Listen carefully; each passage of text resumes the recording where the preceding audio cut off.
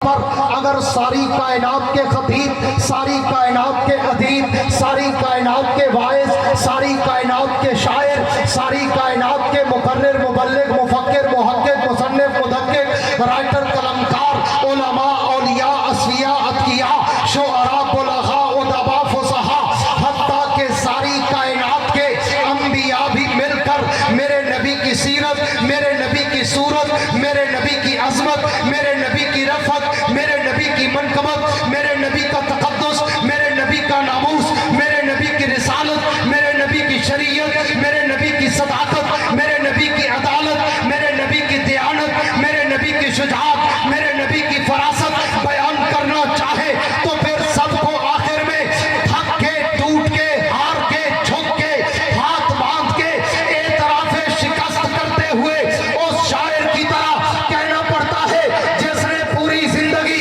मेरे नबी की सीरत पे कलाम लिखा, सूरत पे कलाम लिखा, अज़मत पे कलाम लिखा, रफ़त पे कलाम लिखा, मनक़बत पे कलाम लिखा। जब उसने लिखने का आगाज किया उम्र 30 बरस, जब वो इख्तिताम करने लगा उम्र 70 बरस, 40 बरस तक वो मुसलसल लिखता रहा, कंटिन्यू लिखता रहा। उसने 70 बरस की उम्र के बाद अपना सारा कलाम, अपना सारा दीवान, अपनी सारी नाते, नज़्में, गज़लें, रुबाइयात, किताब व अशार टेबल पे रखे और अल्लाह के पैगंबर को तसव्वुरात की दुनिया में लाकर मुखातब होकर कहने लगा, हुजूर मैंने पूरी जिंदगी लगाई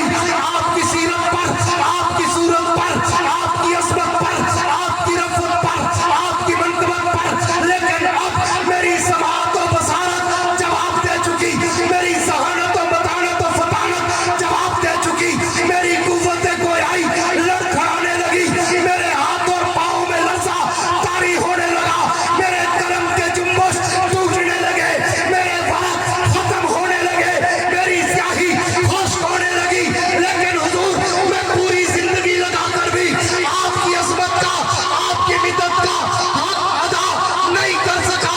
उसने आखिरी शेर लिखकर अपने कलाम में रूह डालते हुए कहा, हुजूर थकी है फिक्र रज़ा मता बाकी है, कलम में आबलप्पा मता बाकी है, वरक़ तमाम हुआ मता बाकी है, तमाम उम्र लिखा मता बाकी।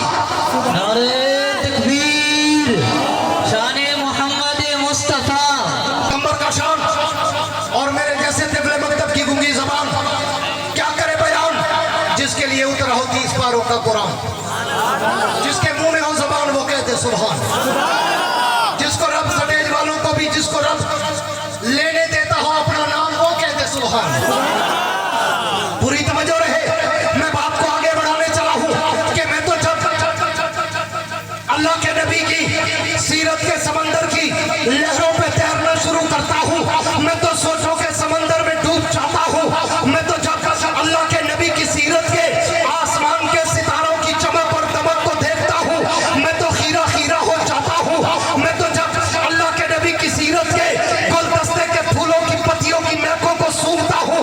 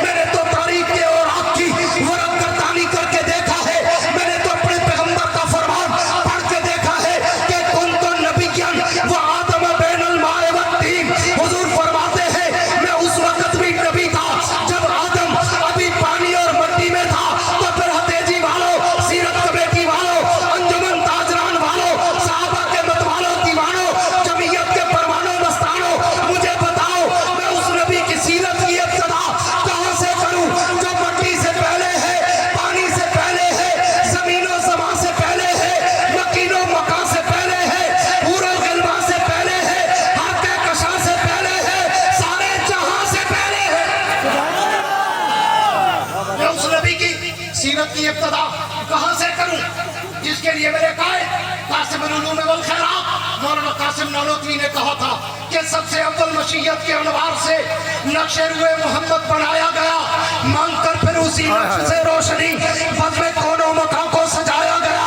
वो मोहम्मद भी, अहमद भी, महमूद भी, हुस्न मुतलक का शाहिद भी, मशहूद भी, इल्म व हिकमत में वो गैर महदूद भी, ज़ाहिरन उम्मियों में उठाया गया। हश्र का डर हो कासिम मुझे किस लिए, मेरा आका है वो, मेरा मौला है वो, जिसके कदमों में जन्नत बसाई गई, जिसके हाथों से कौसर लुटाया गया। नारे तकबीर, नारे तकबीर। दोस्तों, मुझे उसकी इब्तिदा करने के लिए पूरी तवज्जो रहे, पता ही नहीं चलेगा, वक्त खत्म हो जाएगा। मुझे उसकी इब्तिदा करने के लिए आलम दुनिया को छोड़कर आलम अरवा में जाना पड़ता है, और मैं आलम अरवा में जाकर जब नजर गायर से गौर करता हूँ तो वही दखल्लाहु मीसाकन नबीयीन में मुझे उस नबी की अजमत के ढंगे नजर आते हैं।